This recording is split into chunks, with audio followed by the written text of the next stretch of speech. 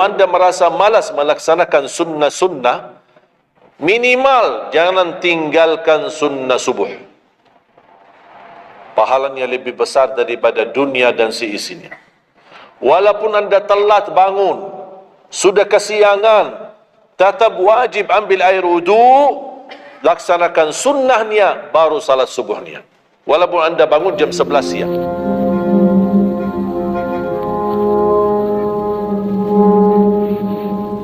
Assalamualaikum warahmatullahi wabarakatuh. Alhamdulillahi rabbil alamin.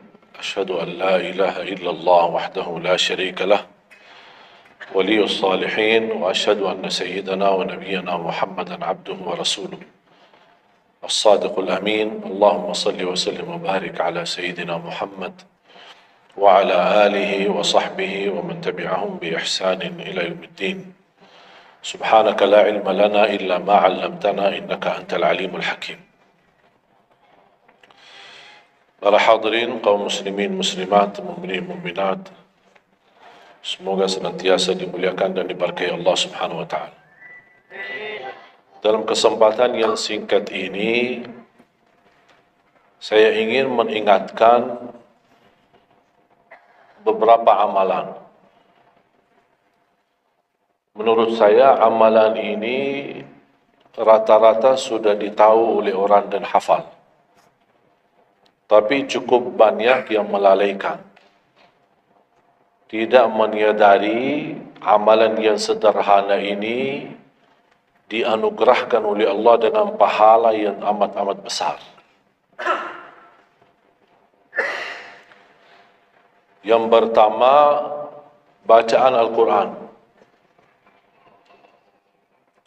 Banyak orang yang malas membaca karena tidak bisa baca, atau alasan tidak mengerti artinya. Daripada saya baca tak faham artinya, mendingan tak usah baca. Itu bisikan syaitan. Yang membisiki seperti ini adalah syaitan. Buat apa kamu baca? Kan kamu tak faham. Mendingan tak usah baca. Supaya kita meninggalkan bacaan Al-Quran. Sedangkan dijanjikan oleh Allah Subhanahu wa taala dan juga Rasulullah sallallahu alaihi wasallam, setiap satu huruf 10 kebaikan. Bukan setiap amal. Semua hitungannya dengan amal. Salat 5 waktu dapat pahala 50. Salat duha dapat pahalanya. Salat qiyamul lail ada pahalanya. Sunnah fajar sebelum azan, sudah azan sebelum salat, itu pahalanya sama dengan dunia dan seisinya. Seluas dunia dan seisinya. Ini sunnahnya. Kira-kira gimana yang wajib? Rasulullah SAW bersabda di hadis yang sahih, La aqulu alif lam mim harf, walakin alifun harf, wa lamun harf, wa mimun harf. Alif lam mim bukan satu huruf, tapi alif satu huruf, lam satu huruf, mim satu huruf. Cuba kalau kita baca setiap hari satu halaman aja, berapa kita mendapatkan nilai pahala? Hitung, silakan. Bawa kalkulatornya dan hitung sendiri. Tak ada yang sia-sia di sisi Allah. Membaca Al-Quran walaupun tidak memahami isinya, tetap terhitung setiap satu huruf 10 kebaikan. Berarti Anda tidak sia-sia membaca Al-Quran, walaupun tidak faham. Ada orang membaca tapi berbata-bata. Dia merasa salah bacaannya, keliru. Dia sudah berusaha belajar, tapi itu kemampuannya. Didatangi syaitan, dibisikin, salah mulu bacaan kamu. Tak benar bacaan kamu. Waqaf tidak ada benar, panjang pendeknya tak benar, apalagi hukum tajwid tak benar. Bisa keliru, bisa dosa. Astaghfirullah, dosa ya. Udah, terima kasih syaitan. Malah dia terima kasih lagi sama syaitan. Dibisikin, didengarin, diterima, langsung dia rubah, tidak baca. Alasannya takut dosa. Padahal ada berita gembira dari Rasulullah SAW, al-mahiru bil-Qur'ani ma'as safaratil kiramil barara. Yang mahir dalam membaca Al-Quran nanti di hari kiamat dia bersama malaikat safara kiram bararah. Terus ya Rasulullah, gimana keadaan yang berbata-bata itu? Gimana? Walladhi yatata'ta'u fi wa huwa alaihi syaq lahu ajran. Barang siapa yang membaca tapi masih berbata-bata dalam bacaannya, bukan dosa, justru 2 pahala. 1, karena dia mau baca Al-Quran. 2, karena ada berbata-bata, kesulitan dalam membaca. Allah menghargai kesulitan, Allah berikan pahala. Berarti tidak ada rugi sama Al-Quran. Semenjak saya mengambil keputusan tidak memegang HP, saya sadari betapa banyak kita rugi berjam-jam, berhari-hari, berminggu-minggu, bahkan bertahun-tahun kita jauh dari Al-Quran. Aku heran ketika mendengar ada orang yang bisa lewat 1 bulan tapi tidak khatam Al-Quran. 1 bulan, 30 hari, berarti minimal setiap hari 1 juz. Dikali 30 hari, 30 juz. Ada orang 1 tahun dah khatam-khatam. Syukur kalau khatam di bulan suci Ramadan. 1 kali. Habis Ramadan, dia tutup Al-Quran. Mohon maaf, ketemu lagi di tahun depan. Pas Ramadan lagi. Ini keadaan kita.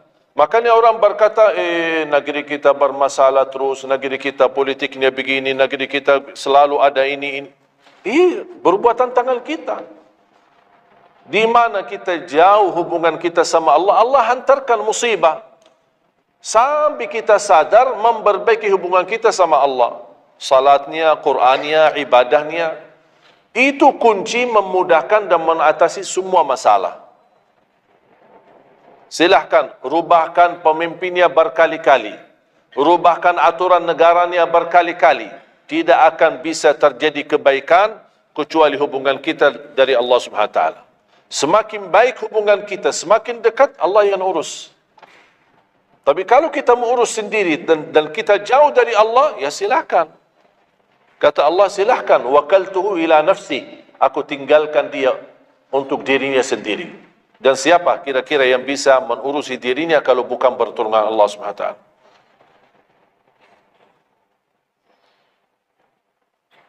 Jangankan bisa khatam Al-Quran dalam 30 hari, jangan 1 juz dalam 1 hari.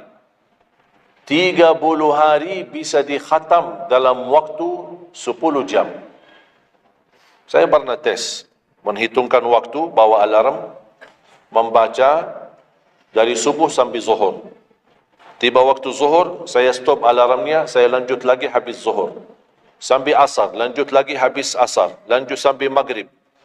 Berapa saya habis khatam 30 juz? Bagi orang yang lancar bacaannya, tidak berbata-bata, bacaannya lancar, hurufnya jelas, tajwidnya bagus, tidak terlalu cepat, standar, sebagaimana bacaan tadi salat Isya, itu namanya standar, hadar, tapi disempurnakan tajwid, tidak boleh cepat dan tidak boleh terlalu lambat. 10 jam mampu khatam 30 juz. Saya punya teman sekolah di Madinah, dia berhasil khatam 30 juz dalam waktu 7 jam, 49 menit. Makanya aku heran kalau ada orang berkata 1 bulan, mana bisa ya? Tahu enggak ya apa yang membuat masalah kita kenapa tidak bisa khatam Al-Quran? Karena suka lihat halaman belakang. Begitu buka baru mulai Al-Baqarah, Alif Lam Mim Dzalikal, buka terus halamannya. Sambil baca kita buka 600 sekian, kapan habisnya? Hudan lil muttaqin, sadaqallahul azim. Sudah langsung sadaqah karena sudah merasa berat. Dia menghitung halaman belakang sedangkan dia baru aja mulai 1 ayat. Dia langsung sadaqallahul azim. Syaitan tidak mungkin dan tidak senang melihat kita sering membaca Al-Quran. Kalau orang dulu susah baca Al-Quran wajar, karena susah menemukan Quran. Zaman sahabat cari kulit unta untuk tuliskan ayat yang Allah turunkan.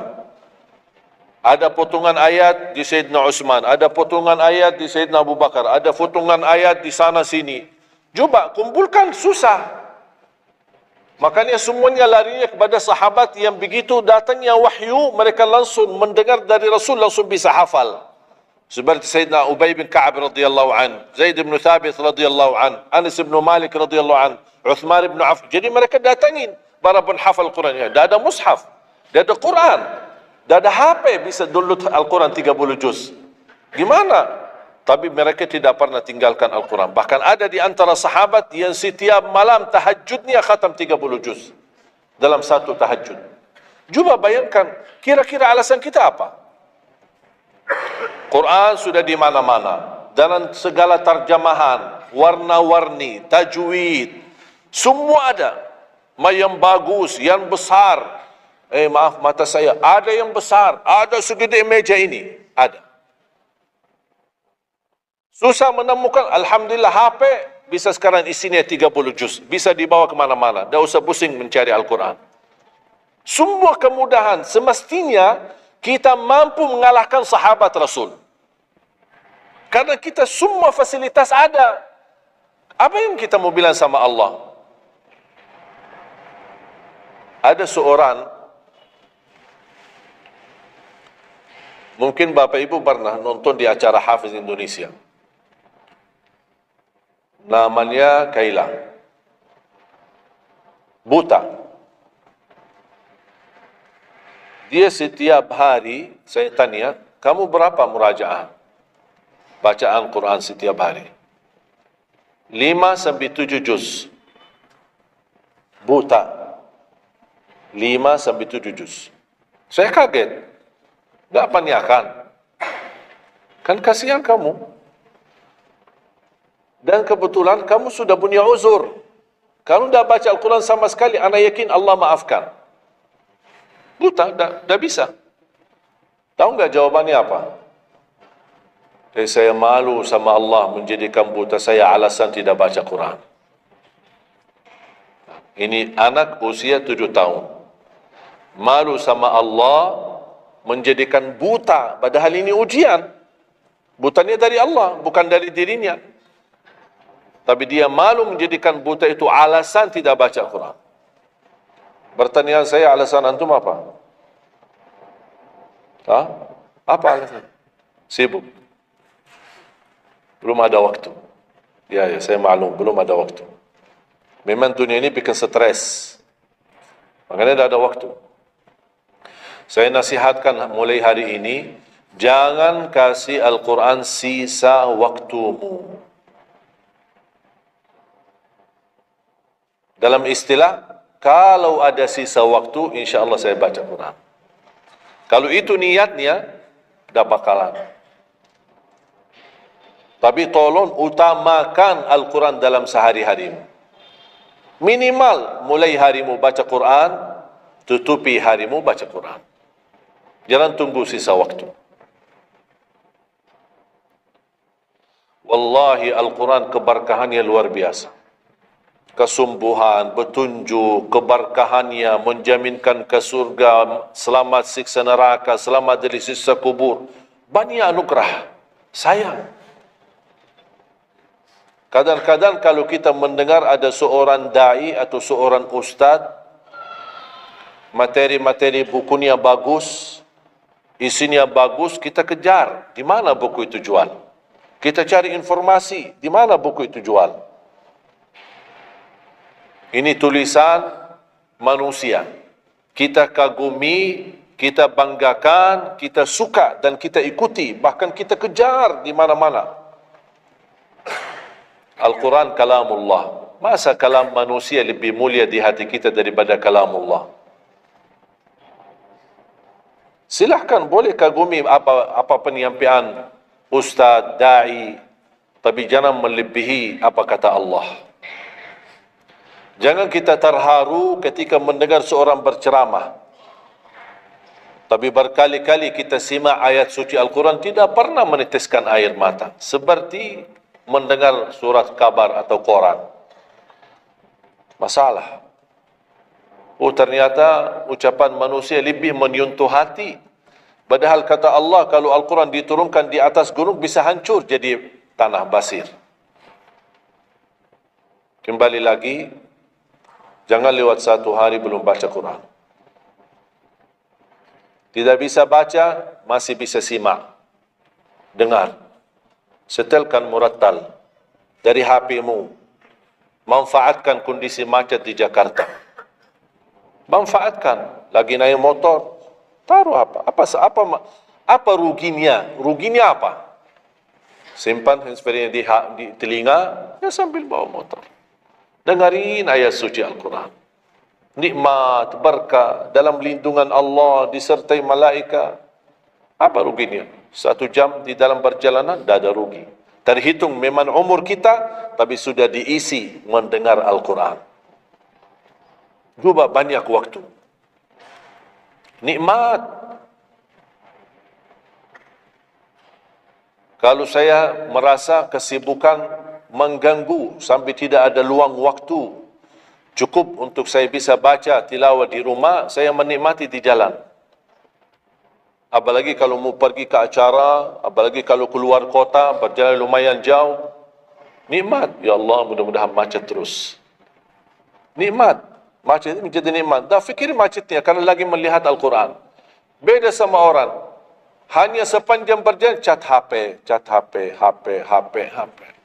Merasa bosan. Sudah semua cat sudah dilewati. Semua SMS sudah dibalas. Semua pesan-pesan sudah dibaca. Akhirnya bosan. Macet mulu ini Jakarta. Nanti temannya di sebelah, kalau bukan macet, bukan Jakarta loh. Itu. Habis waktu. Sia-sia. Padahal Al-Quran ini, kita baca tidak mesti dalam keadaan wudu. Apalagi kita dalam perjalanan, kita naik motor, atau naik mobil kita, bisa dengan handphone kita, HP kita. Ada orang terus, gimana saya membawa Al-Quran terus saya tidak berwudu? Kan kamu menyentuh HP, bukan menyentuh Al-Quran. Persentuhan dengan HP. Jadi saya harap, sekali lagi mohon dengan sangat. Kalau boleh terima permohonan saya, tolong tinggikan perhatianmu kepada Al-Quran. Ingin berkah rezeki, berkah umur, sihat walafiat, bahagia selamat dunia akhirat, tolong perhatikan Al-Quran. Semakin banyak perhatian kamu kepada Al-Quran, semakin banyak perhatian Allah kepadamu. Terserah kamu milih. Mau dapat perhatian dari Allah cuma 1 jam, ya udah 1 jam aja baca Quran. Mau perhatian dari Allah selalu, sudah selalu bersama Al-Quran. Karena ini Al-Quran kalamullah, bukan makhluk, bukan diciptakan, diturunkan. Kalamullah, ucapan Allah subhanahu wa ta'ala. Masa kita tidak tertarik? Cukup karena ini kalamullah, itu sudah cukup membuat kita tertarik. Masa kalam manusia lebih kita tertarik daripada kalamullah? Belum apalagi dijanjikan setiap satu huruf 10 kebaikan.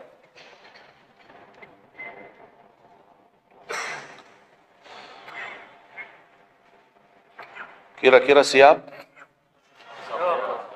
Minimal mulai harimu baca Quran, tutupi harimu baca Quran. Habis bangun, sebelum beraktivitas baca. Baca apa? Bebas. Boleh enggak saya baca sambil khatam tapi saya tidak faham isinya? Boleh. Tetap dapat pahala setiap satu huruf 10 kebaikan.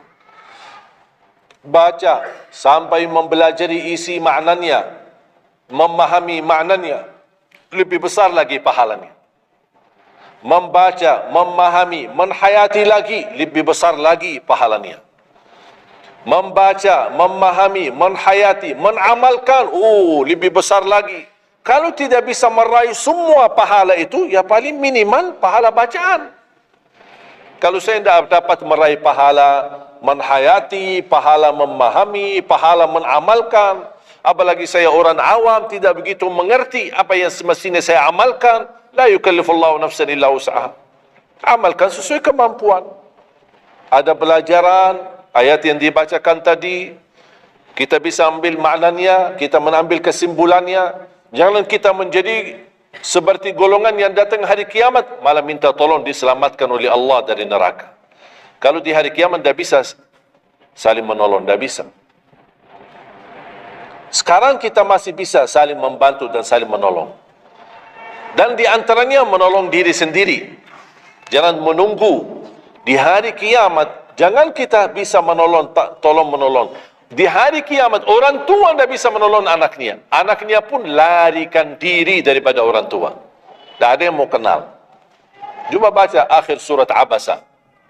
Yauma yafirrul mar'u min akhih.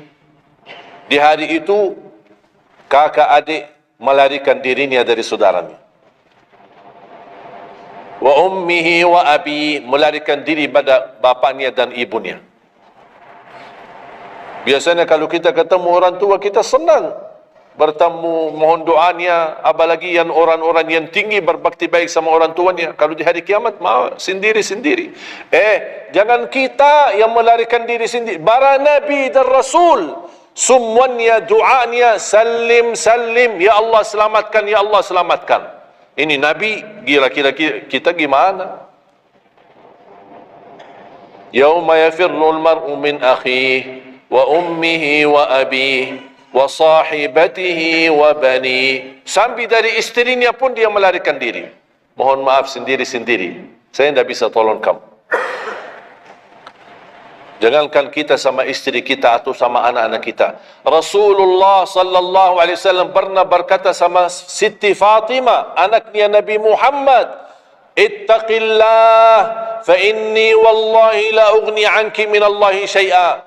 Hei anakku Fatimah, bertakwalah kepada Allah, karena aku tidak bisa membantu kamu nanti di kemudian hari.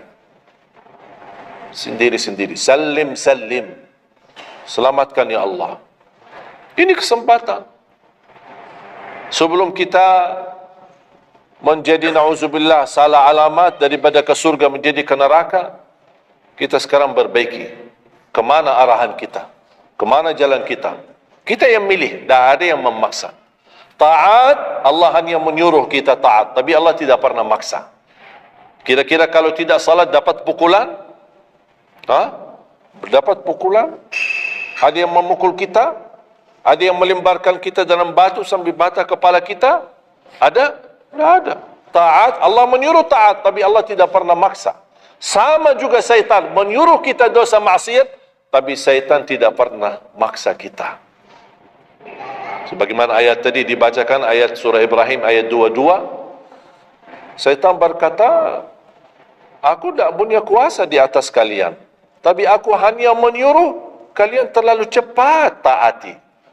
Kata syaitan, terlalu cepat respon, aku hanya menyuruh. Da'autukum fastajabtum li, makanya sekarang jangan melialahkan, saya tidak bisa bantu kalian dan kalian pun tidak bisa bantu aku. Kita dua-duanya dijerumuskan dalam neraka, na'udzubillah. Oleh karena itu, jemaah sekalian, kesempatan, mumpun masih kita umur, masih punya kesehatan, manfaatkan. Karena akan datang satu saat, sekarang bukan masalah umur, masalah sehat. Tiba-tiba bisa sakit, virus di mana-mana. Kemarin saya punya saudara saya baik-baik aja, tidur, bangun sakit. Sampai matanya, mukanya macam, sakit. Tiba-tiba. Tak bisa berbicara baik-baik, tak bisa baca Al-Quran dengan baik, tak bisa salat dengan baik. Ini kan mengganggu. Makanya, Rasul mengingatkan, ketika anda sehat dan masih punya umur, jangan sia-siakan, karena akan datang satu saat anda tidak sehat dan tidak bisa maksimal ibadah. Selama anda masih bisa dan mampu maksimal ibadah, manfaatkan, jangan dirugikan. Akan datang satu saat anda tidak bisa. Saat anda berdiri, manfaatkan salatmu saat berdiri. Besok akan datang satu saat anda tidak bisa berdiri. Bahkan ada orang yang ingin sekali sujud, tapi dia bisa, karena sakit lutut. Dia tidak bisa lipatkan kakinya, tidak bisa sujud. Betapa banyak orang yang merugi ketika dia sehat, dia tidak memanfaatkan dan menikmati ibadahnya. Yang kedua, doa azan. Setiap hari kita mendengar azan 5 kali. Sayang sekali banyak yang sibuk dengan handphonenya, Azan ini panggilan Allah.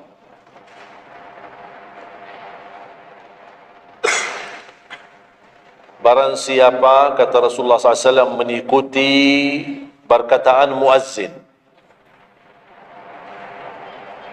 Artinya muazzin mengucapkan Allahu Akbar, kita ucap Allahu Akbar. Asyhadu an la ilaha illallah, asyhadu an la ilaha illallah, asyhadu anna Muhammadar Rasulullah, asyhadu anna Muhammadar Rasulullah. Habis wa asyhadu anna Muhammadar Rasulullah, kita berkata wa ana asyhadu an la ilaha illallah wahdahu la syarikalah wa anna Muhammadan abduhu wa rasuluh.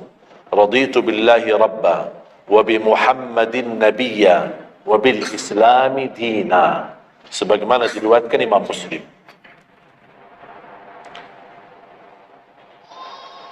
Hayya 'alas salah, kita jawab la haula wala quwwata illa billah. Apa hikmahnya di sini la haula wala quwwata illa billah? Ya Allah, kami tidak punya daya dan kekuatan untuk menghadiri panggilan-Mu kecuali dengan pertolongan-Mu ya Allah. Karena hayya 'alas salah butuh gerak. Bergerak, datang. Hayya 'alas salah, panggilan, hey, mari salat. Ya Allah, la haula wala quwwata illa billah. Ya Allah, kami tidak punya kemampuan menghadapi godaan dunia, menghadapi hawa nafsunya, menghadapi malas kecuali dengan kekuatan-Mu ya Allah. La haula wala quwwata illa billah. Meraih kemenangan, meraih kemuliaan, hayya 'alal falah. Ya Allah, kami tidak mampu meraih kemuliaan itu kecuali dengan kekuatan dan izin-Mu ya Allah. Allahu Akbar, kita ucapkan Allahu Akbar. La ilaha illallah, kita ucapkan la ilaha illallah. Habis itu apa? Apa kata Rasulullah SAW di hadis yang diriwayatkan Imam Bukhari? Thumma salla alayya, selepas itu dia bersalawat kepada Nabi Muhammad. Allahumma salli ala Muhammad wa ala ali Muhammad. Bagi Sayyiduna boleh, tidak bagi Sayyiduna boleh. Selepas itu doa, Allahumma rabb hadhihi ad-da'wati at-tammah was-salati al-qa'imah ati Muhammadan al-wasilata wal-fadilah wab'athhu maqaman mahmudan alladhi wa'adta. Ini ucapan yang saya sampaikan di Sahih Bukhari. Ada riwayat-riwayat yang lain, Allahumma rabb hadhihi ad-da'wati at-tammah was-salati al-qa'imah ati sayyidina Muhammadan al-wasilata wal-fadilata wad-darajata al-'aliyata ar-rafi'ata min al-jannah wab'athhu maqaman mahmudan alladhi wa'adta. Innaka la tukhliful mi'ad. Innaka la tukhliful mi'ad. Tambahannya diriwayat Imam An-Nasai dan semuanya sahih. Mau milih mana yang anda hafal, mana anda biasakan, silakan. Mau ambil hadis yang diriwayatkan Imam Bukhari boleh, mau ambil yang diriwayat Imam Nasai boleh. Asal jangan sampai begitu dengar azan tidak mengikuti muazzin dan sia-siakan doa itu. Padahal doa sederhana. Siapa yang tidak hafal? Setiap ditayangkan azan di TV selalu dibacakan Allahumma rabb hadhihi ad-da'wati at-tammah was-salatil qa'imah. Saya pernah tanya guru saya, seandainya ketika saya mendengar azan tapi terlalai dengan kesibukan atau telefon mendadak atau apalah urusan, baru saya menyadari ketika muazzin sampai ke hayya 'alas salah, saya belum mengikuti dari awal.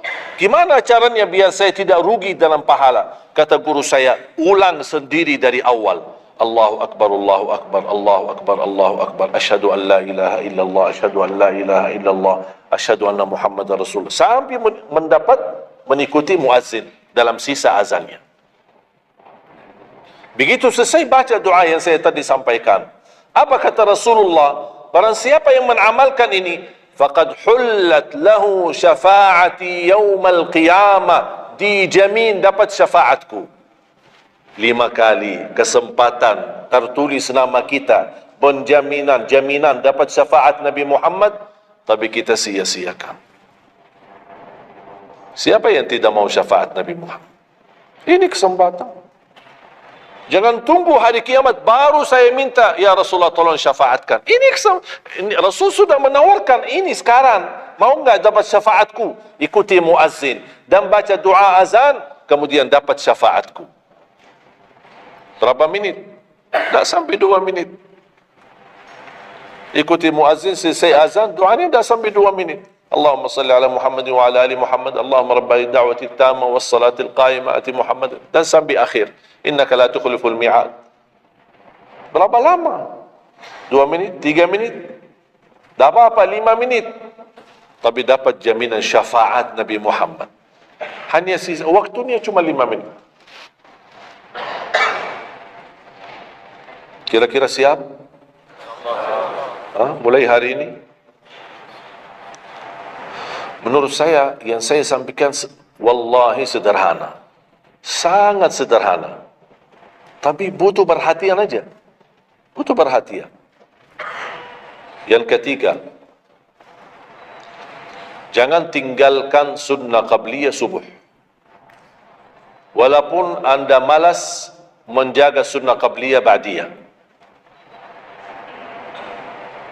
Kalau anda merasa diri malas, banyak kan ada sunnah qabliyah ba'diyah. Kan ada sunnah qabliyah zuhur, ba'diyah zuhur, ada qabliyah ba'diyah maghrib, ba'diyah isya, qabliyah subuh. Kalau anda merasa malas melaksanakan sunnah-sunnah, minimal jangan tinggalkan sunnah subuh. Pahalanya lebih besar daripada dunia dan seisinya. Walaupun anda telat bangun, sudah kesiangan, tetap wajib ambil air wudu, laksanakan sunnahnya, baru salat subuhnya. Walaupun anda bangun jam 11 siang. Tetap banyak orang karena ketiduran dan terlewat waktunya, dia tidak salat subuh. Terus ini hutang, wajib bayar. Dan tidak bisa besok ganti subuh 2 kali. Tidak ada di dalam agama. Subuh, ya udah, ya Allah, nawaitu salat subuh yang kemarin karena saya ketiduran lillahi ta'ala. Tidak bisa. Apa kata? Ini bukan, mohon maaf, ini bukan kata saya. Supaya orang jangan, ini pendapat baru. Bukan kata saya, tapi kata Rasulullah SAW. Bukan kata Majlis Ulama Indonesia, bukan kata saya, bukan kata siapa-siapa. Kata Rasulullah sallallahu alaihi wasallam di hadis yang sahih, "Man nama an salatin aw nasiyaha falyusalliha mata dzakaraha, la kaffarata laha illa dzalik." Ya Allah, terima kasih ya Rasulullah. Sepertinya Rasul sudah diberitahu umatnya bakal ketiduran banyak dari salat. Makanya sudah diberikan solusi. Seandainya ketiduran, ini juga kata Rasulullah, man nama an salatin, silahkan nanti anda pas pulang buka di Google, biar lihat sanad hadisnya ni. Oh, Syekh Ali kau bawain hadis yang dah benar. Silahkan. Tahu, kenal tak Syekh Google? Syekh Google kenal? InsyaAllah semua ilmu dia tahu. Tinggal masukin aja. Barang siapa yang ketiduran dari salat, hadis. Terus klik, dia keluar. Semua dasarnya apa tu dijelaskan. Semua. Mau bahasa Arab ada, mau bahasa Indonesia ada, mau bahasa Inggris pun ada. Syekh Google hebat. Man nama an salatin aw nasiyaha falyusalliha mata dzakaraha la kaffarata lahu illa dzalik. Barang siapa yang ketiduran, coba ketiduran. Tidur menurut ulama dianggap uzur. Karena istri saya ketika saya keluar kota, dia hubungi dan dia bangun kesiangan, kira-kira jam 8. Dia telefon dengan nangis. Kenapa nangis? Sakit? Tak, ketiduran tadi subuh. Ya udah, ambil air wudu, salat subuh. Rasulullah aja pernah ketiduran dari salat subuh. Yang tidak boleh, jangan terlalu sering. Kalau sekali-kali karena sakit, terlalu lelah, capek, Allah maklumlah, kita manusia lemah. Tapi jangan setiap hari ketiduran. Ya Allah, maaf, ketiduran ya. Kira-kira di jam kantor, kalau setiap hari kita telat, alasannya, ya maaf bos, ketiduran. Besok lagi alasan yang sama, maaf ketiduran. Besok lagi alasan yang sama. Kira-kira gimana? Dipecat enggak? Dipecat. Malu kita, sama manusia aja tak berani kita dengan alasan yang sama, kita selalu itu aja. Masa sama Allah kita berani? Sekali-kali boleh uzur. Capek, sakit. Sekali-kali, tapi jangan terlalu sering. Ketika kita bangun, jam berapapun, wajib laksanakan. Karena kata Rasulullah, tidak ada kafarah yang lain. Tidak ada kata ganti dengan uang. atau ganti dengan sedekah, atau ganti dengan, tidak bisa. Tunaikan. Falyusalliha, kata Rasulullah, falyusalliha, segerakan salat itu jam berapapun, walaupun kesiangan.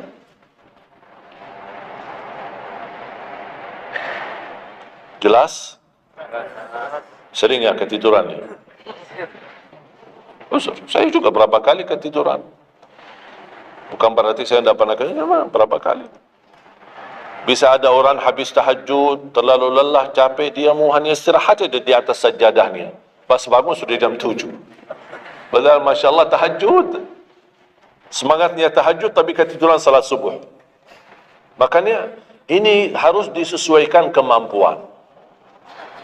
Anda merasa diri kalau salat tahajud 8 rakaat, bangun jam 2, ya Allah, kuat, tidak kuat ini. Kembali kepada kemampuan. Tahajud tidak harus 8 rakaat. Tahajud tidak harus 20. 2 rakaat, tutup witir sudah tahajud. Dan tahajud pun salat malam tidak harus tidur dulu. Ada orang, harus tidur, walaupun tutup mata sebentar, terus buka lagi. Ini ilmu baru di Indonesia. Saya pernah share satu video, ada satu komen dari jamaah. Tidak, saya belajar harus tidur dulu, walaupun tutup mata sebentar, terus buka lagi. Kembali kepada kemampuan. Ada yang biasa tidur, bangun, tengah malam, sepertiga akhir, itu lebih afdal. Tapi ada yang tahu dirinya, kalau saya tidur mana bisa bangun. Udah, mendingan daripada tidak ada tahajud malam itu, mendingan kita salat.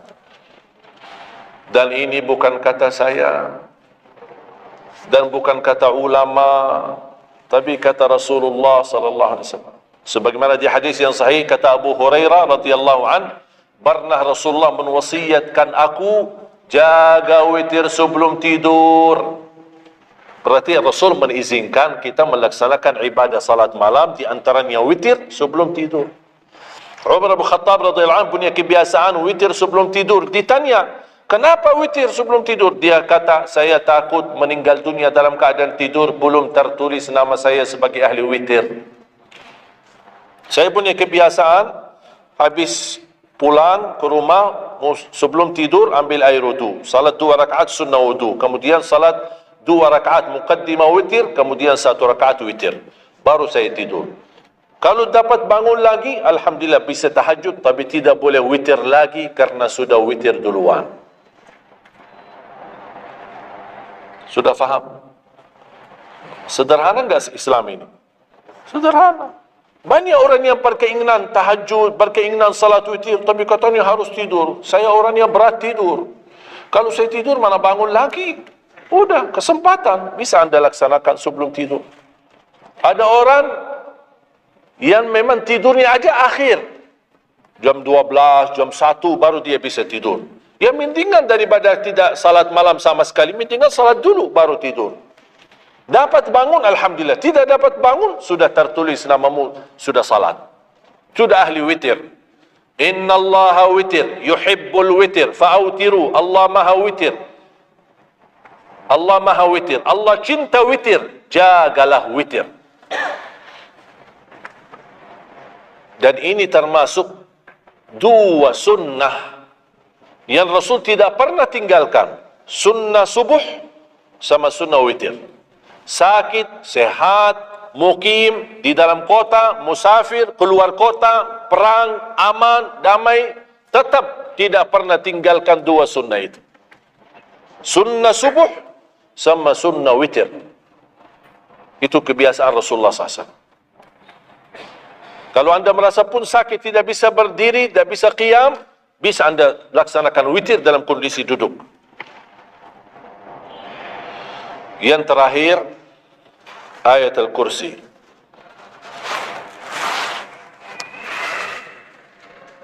Jangan tinggalkan ayat Al-Kursi lepas salat.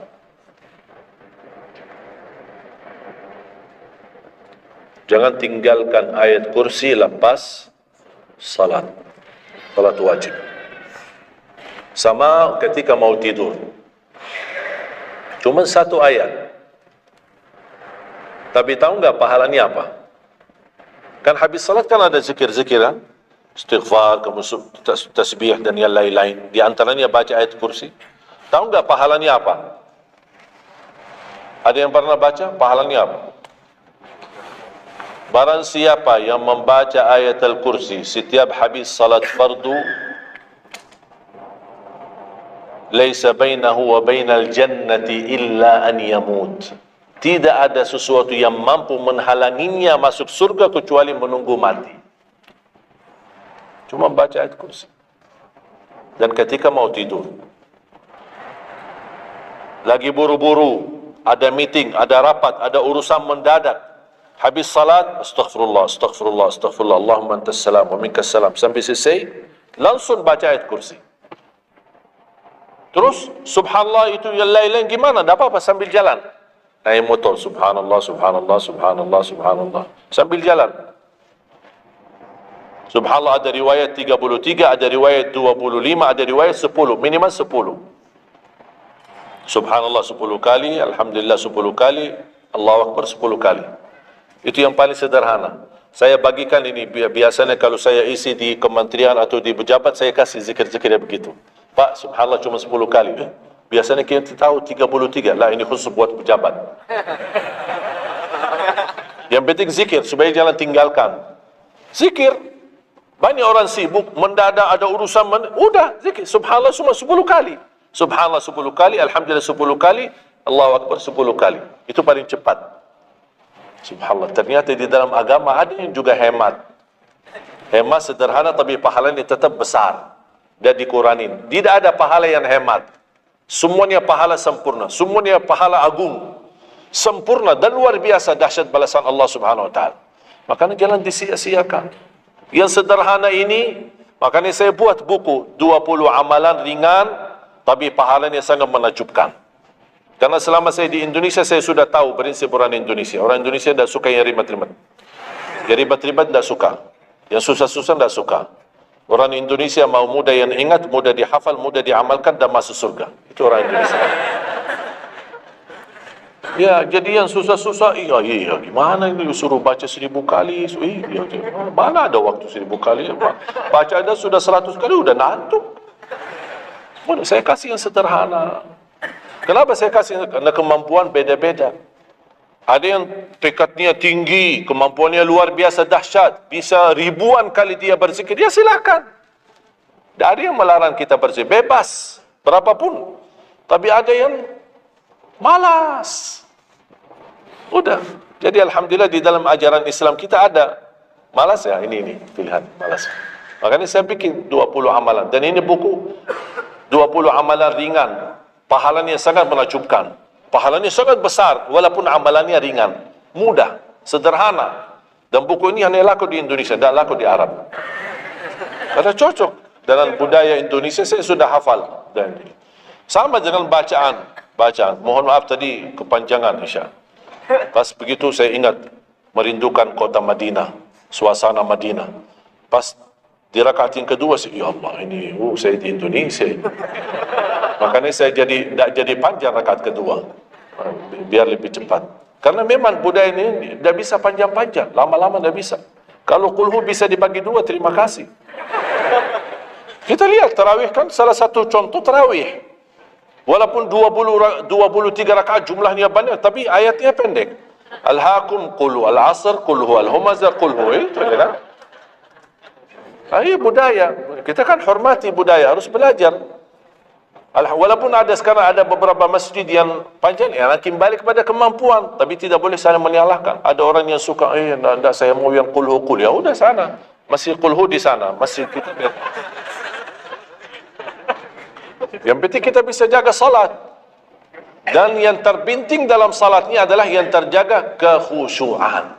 Bukan masalah jumlahnya, bukan masalah kepanjangannya, tapi kekhusyuan. Tumaknina, karena tumaknina rukun dalam ibadah salat. Sama seperti rukun qiyam, rukun baca al-fatihah. Tumaknina. Apa itu tumaknina? Ketenangan dalam salat. Bacaannya tenang, gerakannya tenang. Bukan kejar-kejaran. Imamnya baru baca Al-Fatihah, sudah amin. Imam makmum belum selesaikan ini, terus dikejar imam. Imam Allahu Akbar, sami Allahu hamid, Allahu Akbar, Allahu Akbar, Allahu Akbar. Makmum jadi kasihan. Kejar, dia tidak bisa baca. Wallahi makmum tidak bisa baca apa-apa. Hanya fokusnya bisa kejar imam. Yang penting jangan sampai tertinggal imam. Yang saya fikirkan, kasihan yang tua-tua, bapak-bapak. Gimana yang bapak-bapak? Kalau yang muda-muda masih bisa kejar imam, terus yang bapak-bapak gimana? Setiap gerakannya batuk 10 kali. Rukuk batuk lagi, sujud batuk lagi. Karena pelan-pelan gerakannya. Saya pernah ada satu kejadian ketika masuk salah satu kampung, kita lewati, saya mampir, samping saya ada bapak, lumayan tua, gerakannya juga pelan-pelan. Yang saya kasihan, Imam Allahu Akbar. Saya suka pas ketika takbir. Allah. Bismillahirrahmanirrahim. Alhamdulillahirrahmanirrahim. Astagfirullahaladzim. Saya takbir. Barusan enak, takbirnya enak. Bacaannya kenapa enggak? Ini pelan-pelan aja. Santai aja, santai. Walaupun baca satu ayat dua enggak, bukan masalah berapa banyak bacaannya. Yang penting kekhusyuan, tumakninah, karena rukun tumakninah. Allahu Akbar, sami Allahu hamdah. Saya lihat bapak ini yang sebelah saya. Saya masih bisa kejar imam. Bapak ini enggak kejar-kejar. Imam sudah rukuk, bapak belum rukuk. Begitu imam sami Allahu hamdah, bapak enggak jadi rukuk, dia ikut sami Allahu hamdah. Astaghfirullahalazim. Bas sujud, kita sudah sujud 2 kali. Bapak kan pelan-pelan sambil batuk. Terus dia turun sujud. Pas dalam kondisi sujud, kita sudah berdiri, bapak kan baru dia turun. Dia berdiri lagi. Astagfirullahaladzim. Pas di rakaat yang kedua, saya megang tangannya, Pak, kita pulang aja deh.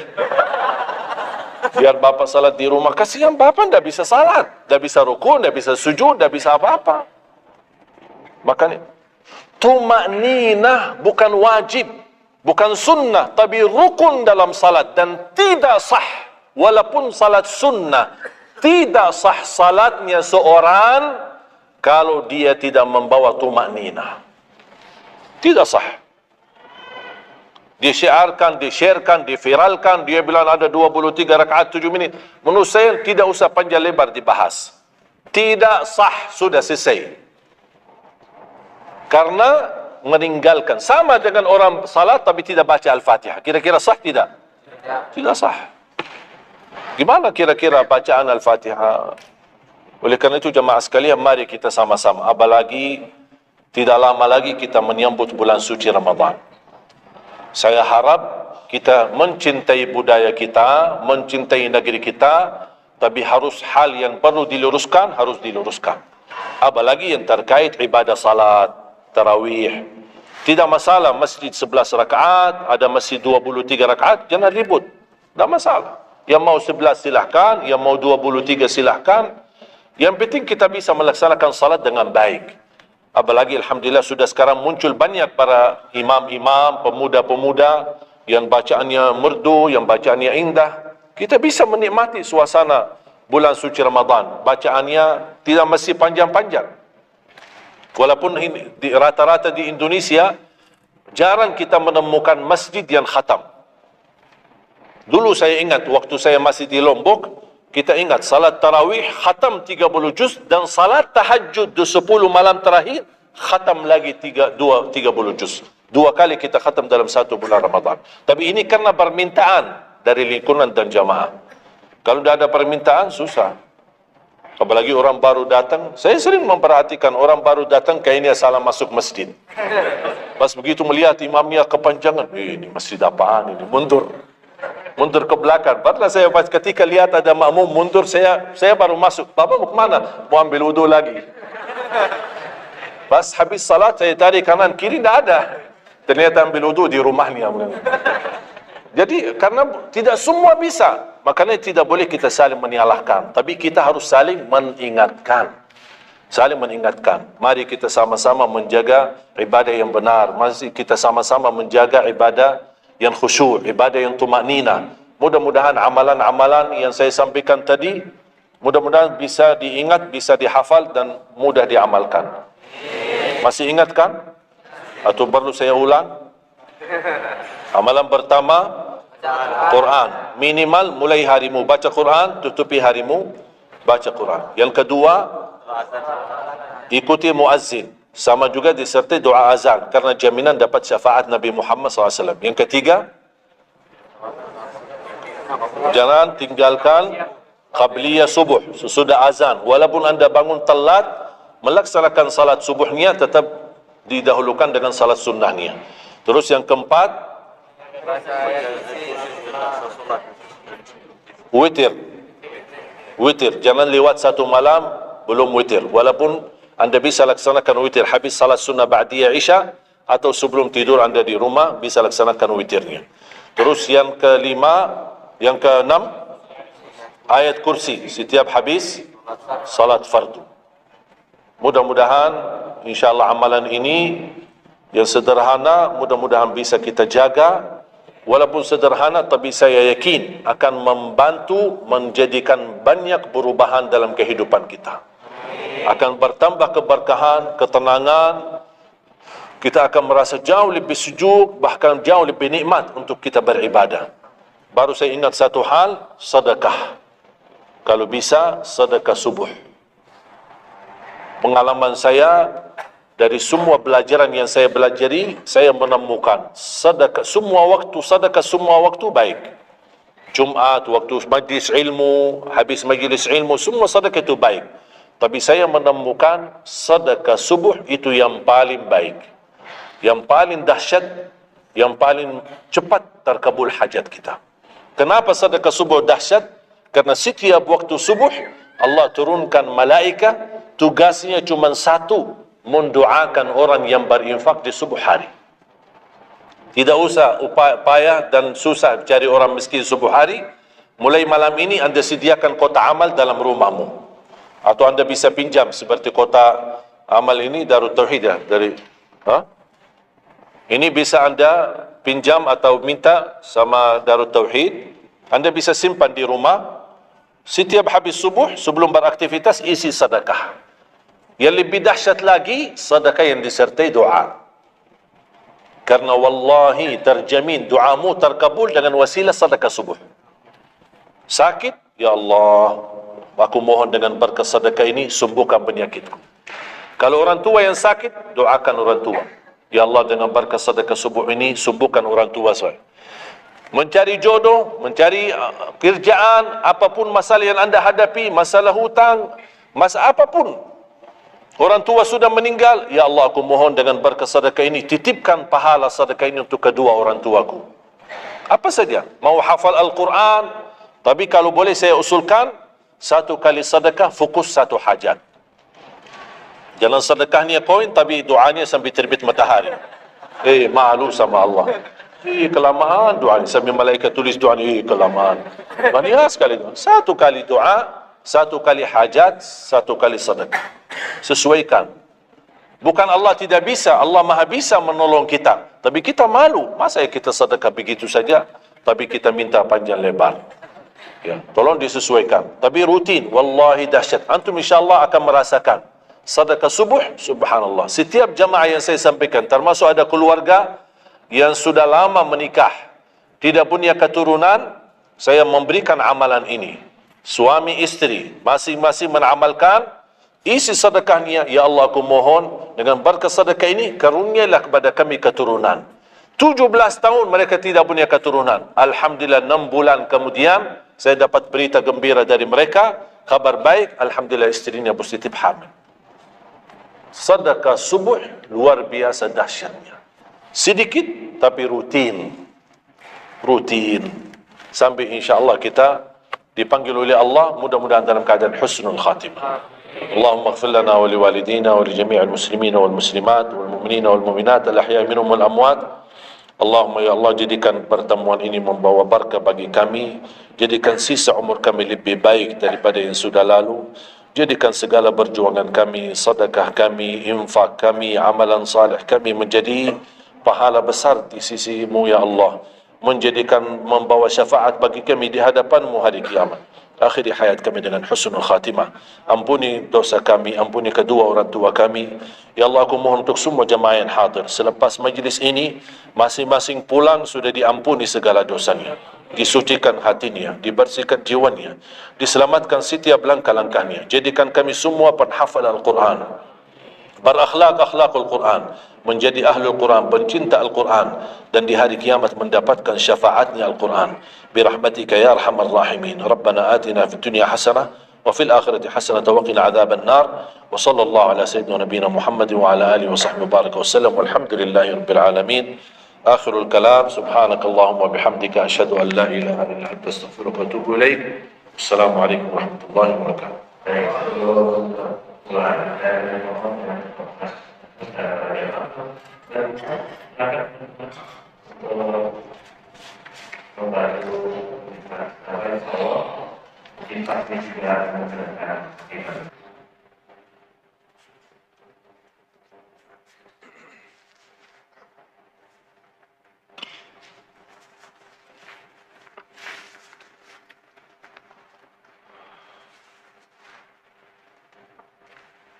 بسم الله الرحمن الرحيم.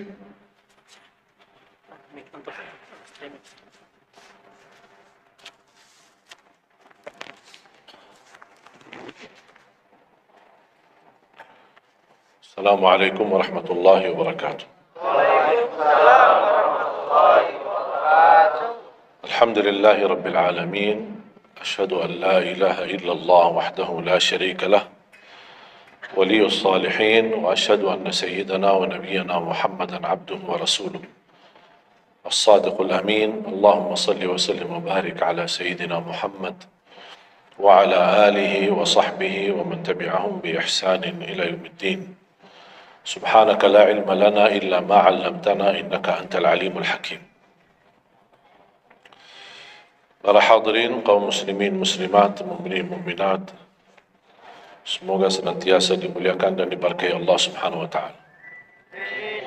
Dalam kesempatan yang singkat ini, saya ingin mengingatkan beberapa amalan.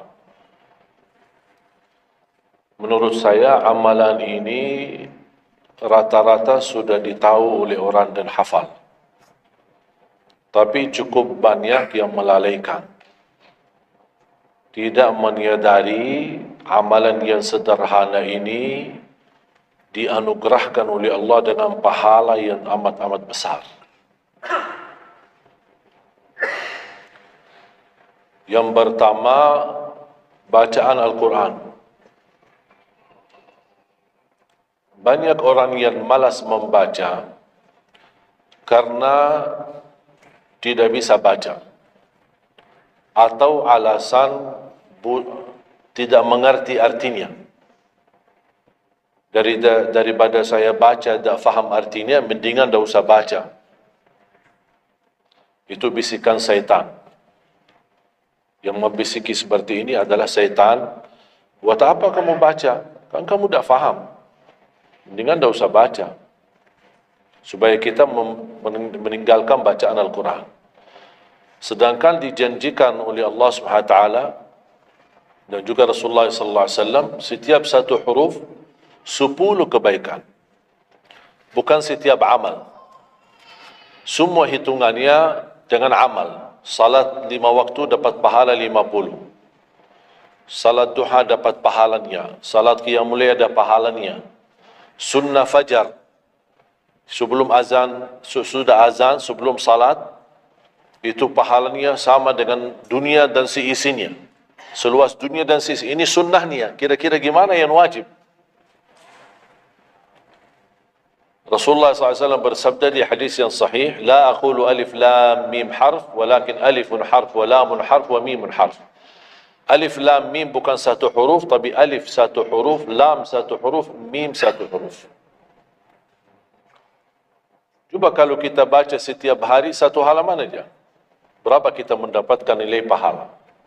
Hitung silakan, bawa kalkulatornya dan hitung sendiri. Tak ada yang sia-sia di sisi Allah. Membaca Al-Quran walaupun tidak memahami isinya, tetap terhitung setiap satu huruf 10 kebaikan. Berarti anda tidak sia-sia membaca Al-Quran walaupun tidak faham. Ada orang membaca tapi berbata-bata. Dia merasa salah bacaannya keliru. Dia sudah berusaha belajar, tapi itu kemampuannya. Didatangi syaitan, dibisikin, salah mulu bacaan kamu. Tak benar bacaan kamu. Waqaf ibtida tak benar, panjang pendeknya tak benar, apalagi hukum tajwid tak benar. Bisa keliru, bisa dosa. Astaghfirullah, dosa ya. Udah, terima kasih syaitan. Malah dia terima kasih lagi sama syaitan. Dibisikin, didengarin, diterima, langsung dia rubah, tidak baca. Alasannya takut dosa. Padahal ada berita gembira dari Rasulullah SAW, al-mahiru bil-Qur'ani ma'as safaratil kiramil barara. Yang mahir dalam membaca Al-Quran, nanti di hari kiamat dia bersama malaikat safara kiram barara. Terus ya Rasulullah, gimana keadaan yang berbata-bata itu? Gimana? Walladhi yatata'ta'u fi wa huwa alaihi syaq lahu ajran. Barang siapa yang membaca tapi masih berbata-bata dalam bacaannya, bukan dosa, justru 2 pahala. 1, karena dia mau baca Al-Quran. Kedua, karena ada berbata-bata, kesulitan dalam membaca. Allah menghargai kesulitan, Allah berikan pahala. Berarti tidak ada rugi sama Al-Quran. Semenjak saya mengambil keputusan tidak memegang HP, saya sadari betapa banyak kita rugi berjam-jam, berhari-hari, berminggu-minggu, bahkan bertahun-tahun kita jauh dari Al-Quran. Aku heran ketika mendengar ada orang yang bisa lewat 1 bulan tapi tidak khatam Al-Quran. 1 bulan, 30 hari, berarti minimal setiap hari 1 juz. Dikali 30 hari, 30 juz. Ada orang 1 tahun dah khatam-khatam. Syukur kalau khatam di bulan suci Ramadan. 1 kali. Habis Ramadan, dia tutup Al-Quran. Mohon maaf, ketemu lagi di tahun depan. Pas Ramadan lagi. Ini keadaan kita. Makanya orang berkata, negeri kita bermasalah terus, negeri kita politiknya begini, negeri kita selalu ada ini. Perbuatan tangan kita. Di mana kita jauh hubungan kita sama Allah, Allah hantarkan musibah. Sampai kita sadar memperbaiki hubungan kita sama Allah. Salatnya, Qur'annya, ibadahnya. Itu kunci memudahkan dan mengatasi semua masalah. Silahkan, rubahkan pemimpinnya berkali-kali. Rubahkan aturan negaranya berkali-kali. Tidak akan bisa terjadi kebaikan kecuali hubungan kita dari Allah SWT. Semakin baik hubungan kita, semakin dekat Allah yang urus.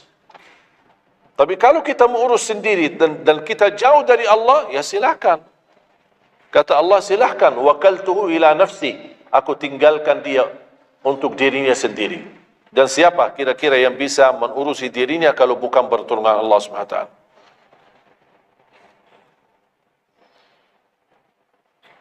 Jangankan bisa khatam Al-Quran dalam 30 hari, jangan 1 juz dalam 1 hari. 30 hari bisa dikhatam dalam waktu 10 jam. Saya pernah tes, menghitungkan waktu, bawa alarm, membaca dari subuh sampai zuhur. Tiba waktu zuhur, saya stop alarmnya, saya lanjut lagi habis zuhur. Sampai asar, lanjut lagi habis asar, lanjut sampai maghrib. Berapa saya habis khatam 30 juz? Bagi orang yang lancar bacaannya, tidak berbata-bata, bacaannya lancar, hurufnya jelas, tajwidnya bagus, tidak terlalu cepat, standar, sebagaimana bacaan tadi salat Isya, itu namanya standar, hadar, tapi disempurnakan tajwid, tidak boleh cepat dan tidak boleh terlalu lambat. 10 jam mampu khatam 30 juz. Saya punya teman sekolah di Madinah, dia berhasil khatam 30 juz dalam waktu 7 jam 49 menit.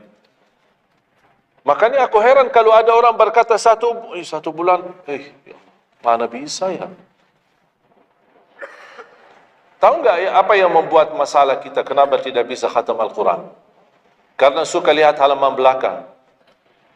Begitu buka, baru mulai Al-Baqarah. Alif, Lam, Mim, Zalikal, buka terus halamannya. Sambil baca kita buka. 600 sekian, kapan habisnya? Hudan lil muttaqin, sadaqallahul azim. Sudah langsung sadaqah, karena sudah merasa berat. Dia menghitung halaman belakang, sedangkan dia baru aja mulai satu ayat. Dia langsung sadaqallahul azim. Syaitan tidak mungkin dan tidak senang melihat kita sering membaca Al-Quran. Kalau orang dulu susah baca Al-Quran, wajar, karena susah menemukan Quran. Zaman sahabat cari kulit unta untuk tuliskan ayat yang Allah turunkan. Ada potongan ayat di Sayyidina Utsman, ada potongan ayat di Sayyidina Abu Bakar, ada potongan ayat di sana sini. Coba kumpulkan, susah. Makanya semuanya larinya kepada sahabat yang begitu datangnya wahyu, mereka langsung mendengar dari Rasul, langsung bisa hafal. Seperti Sayyidina Ubay bin Ka'ab radhiyallahu an, Zaid bin Thabit radhiyallahu an, Anas bin Malik radhiyallahu an, Uthman bin Affan. Jadi mereka datangin para penghafal Quran. Dah ada mushaf, dah ada Quran, dah ada HP bisa download Al-Quran 30 juz. Gimana? Tapi mereka tidak pernah tinggalkan Al-Quran. Bahkan ada di antara sahabat yang setiap malam tahajudnya khatam 30 juz dalam satu tahajud. Cuba bayangkan, kira-kira alasan kita apa? Quran sudah di mana-mana, dalam segala terjemahan, warna-warni, tajwid, semua ada. Yang bagus, yang besar. Maaf, mata saya. Ada yang besar, ada segede meja ini. Ada. Susah menemukan. Alhamdulillah HP bisa sekarang isinya 30 juz. Bisa dibawa kemana-mana. Tak usah pusing mencari Al-Quran. Semua kemudahan. Semestinya kita mampu mengalahkan sahabat Rasul. Karena kita semua fasilitas ada. Apa yang kita mau bilang sama Allah? Ada seorang, mungkin Bapak Ibu pernah nonton di acara Hafiz Indonesia. Namanya Kaila. Buta. Dia setiap hari, saya tanya, kamu berapa murajaah bacaan Quran setiap hari? 5 sampai 7 juz. Buta. 5 sampai 7 juz. Saya kaget. Tak panyakan. Kan kasihan kamu. Dan kebetulan kamu sudah punya uzur. Kalau tak baca Al-Quran sama sekali, ana yakin Allah maafkan. Buta, tak bisa. Tahu enggak jawabannya apa? Saya malu sama Allah menjadikan buta saya alasan tidak baca Quran. Ini anak usia 7 tahun. Malu sama Allah menjadikan buta, padahal ini ujian. Butanya dari Allah, bukan dari dirinya. Tapi dia malu menjadikan buta itu alasan tidak baca Quran. Bertanya saya, alasan antum apa? Apa alasan? Sibuk.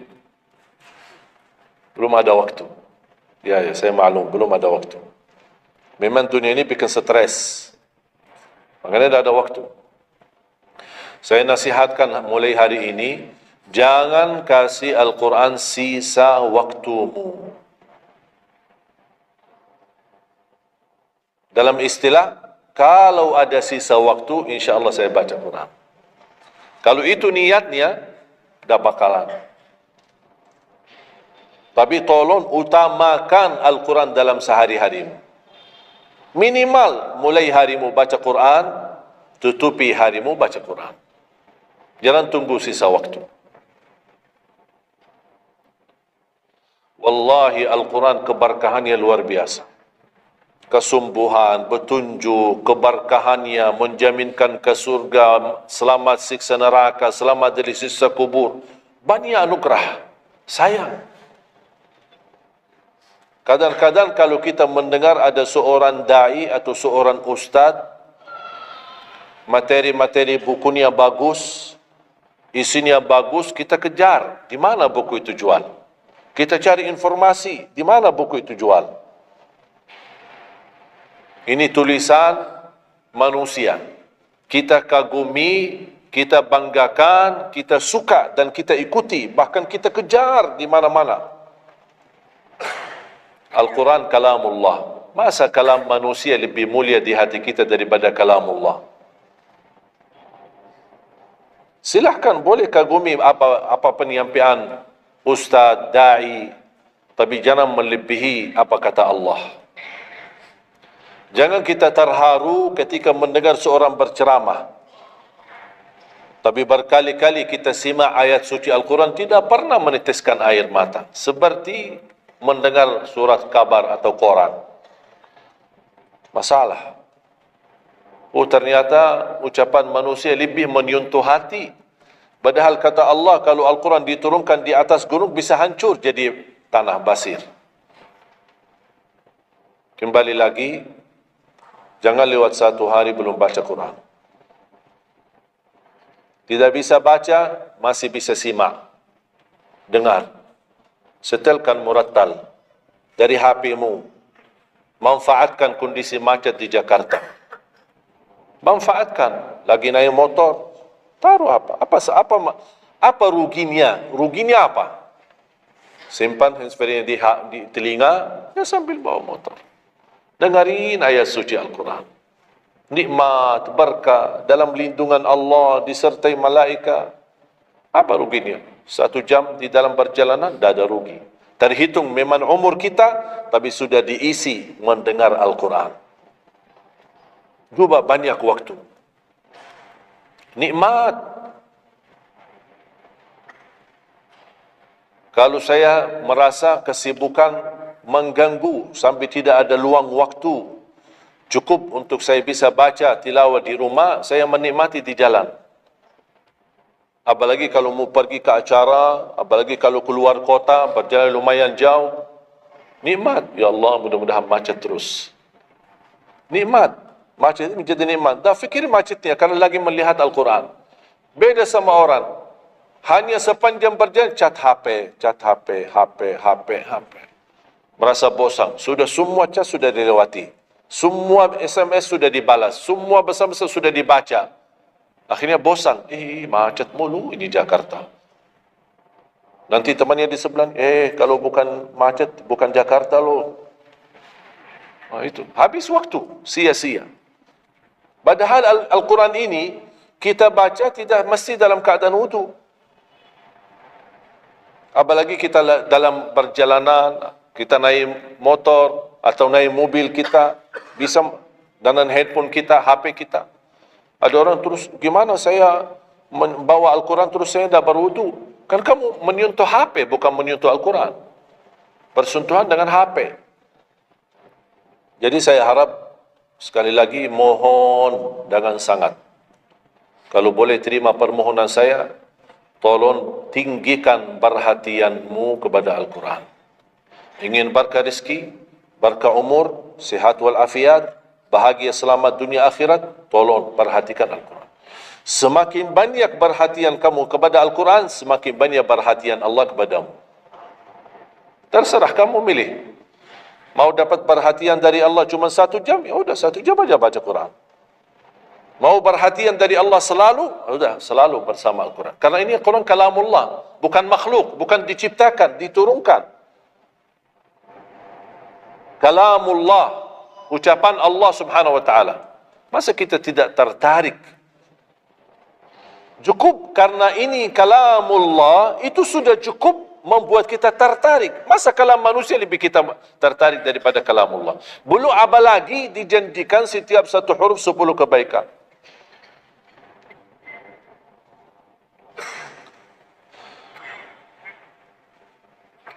Kira-kira siap?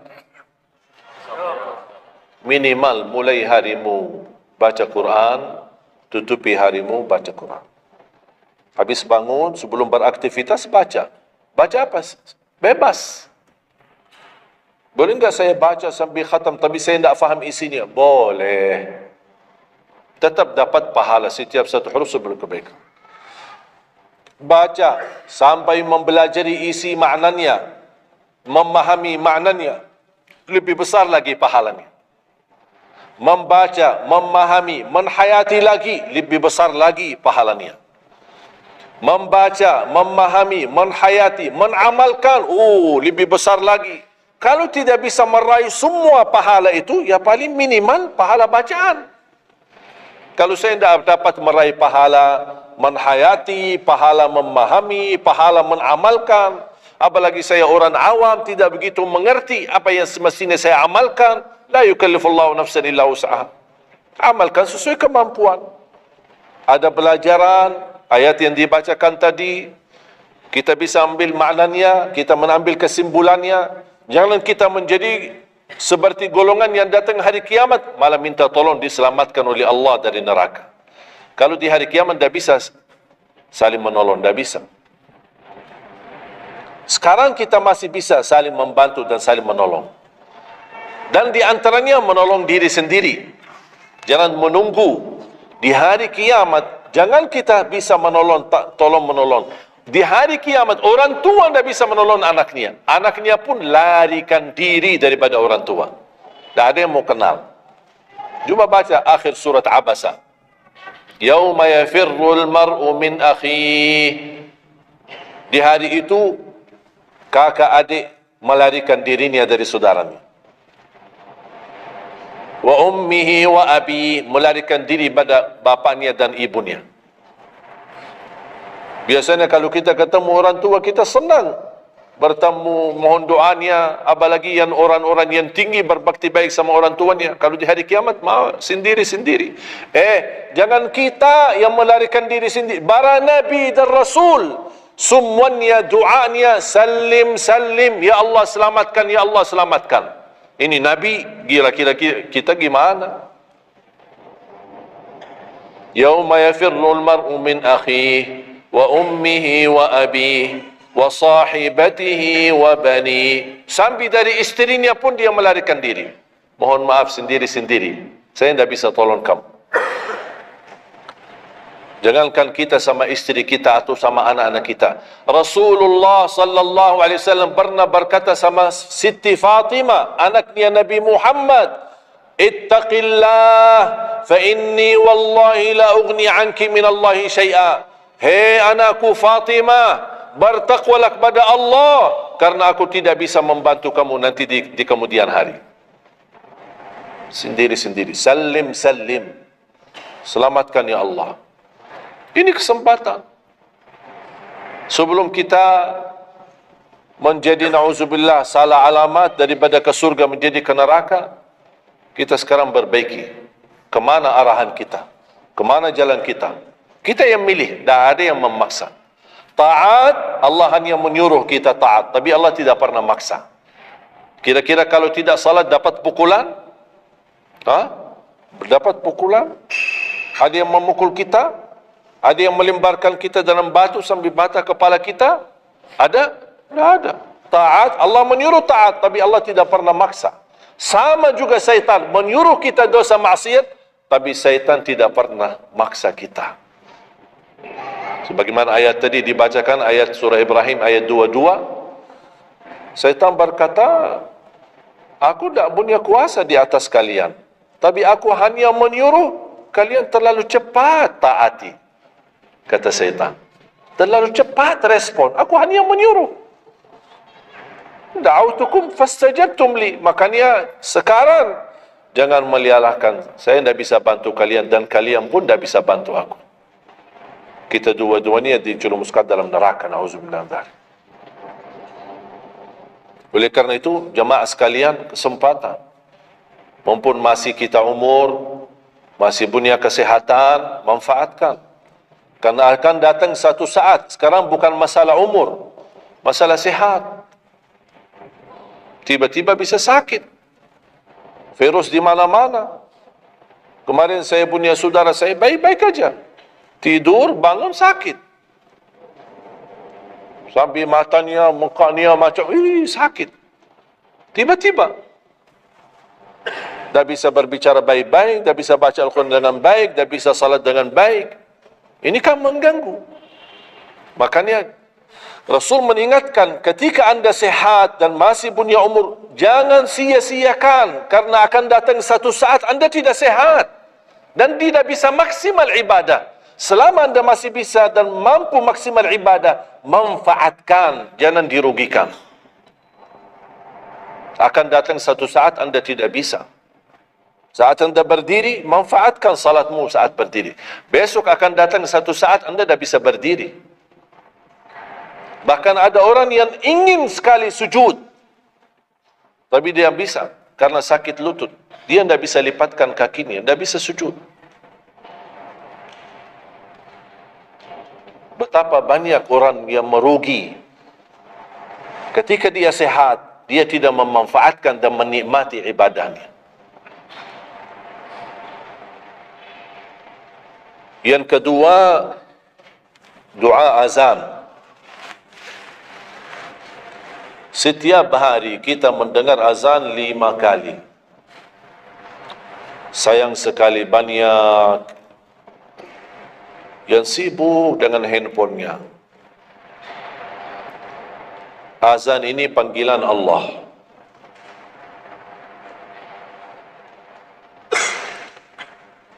Barang siapa, kata Rasulullah SAW, mengikuti perkataan muazzin.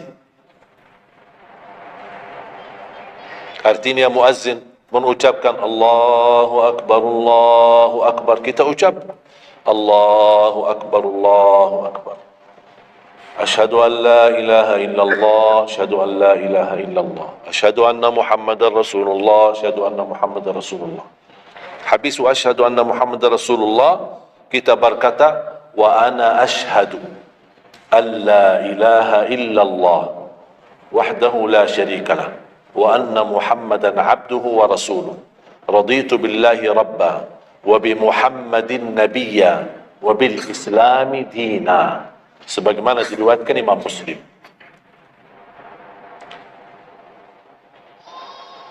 Hayya 'alas salah, kita jawab la haula wala quwwata illa billah. Apa hikmahnya di sini la haula wala quwwata illa billah? Ya Allah, kami tidak punya daya dan kekuatan untuk menghadiri panggilan-Mu kecuali dengan pertolongan-Mu ya Allah. Karena hayya 'alas salah butuh gerak. Bergerak, datang. Hayya 'alas salah, panggilan, hey, mari salat. Ya Allah, la haula wala quwwata illa billah. Ya Allah, kami tidak punya kemampuan menghadapi godaan dunia, menghadapi hawa nafsunya, menghadapi malas kecuali dengan kekuatan-Mu ya Allah. La haula wala quwwata illa billah.